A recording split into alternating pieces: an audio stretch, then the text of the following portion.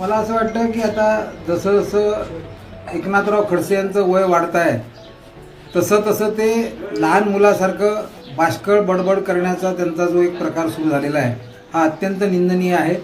आणि आमचे नेते भारतीय जनता पार्टीचे महाराष्ट्राचे ज्येष्ठ मंत्री माननीय गिरीश महाजनजी यांचं सततचं उंचावणारं काम आणि हे सतत त्यांची ज्या कामाची प्रतिक्रिया देण्यासाठी म्हणून लोक त्यांना संकटमोचक म्हणतात आणि त्यांनी कधीही आत्तापर्यंत खालच्या पातळीवर नाथाभाऊंवर टीका केलेली नव्हती. पण नाथाभाऊंची एक दुर्दैवी सवय आहे की ते कुठल्याही वाक्याचा आधार घेऊन लगेच बोलतात, यू टर्न करतात. मला असं वाटतं माझ्यासारख्या एका लहान कार्यकर्त्यांनी त्यांच्याबद्दल बोलणं म्हणजे संयुक्तिक होणार नाही. पण नाईलाज म्हणून मी आज त्यांना आपल्या माध्यमातून असा सल्ला देतो आहे की त्यांनी जर त्यांच्या बोलण्यावर कंट्रोल केला आणि त्यांचं बोलणं जर त्यांनी थांबवलं तर पुष्कळ त्यांचे प्रॉब्लेम सुटतील आणि खडसे परिवाराचेही प्रॉब्लेम सुटतील.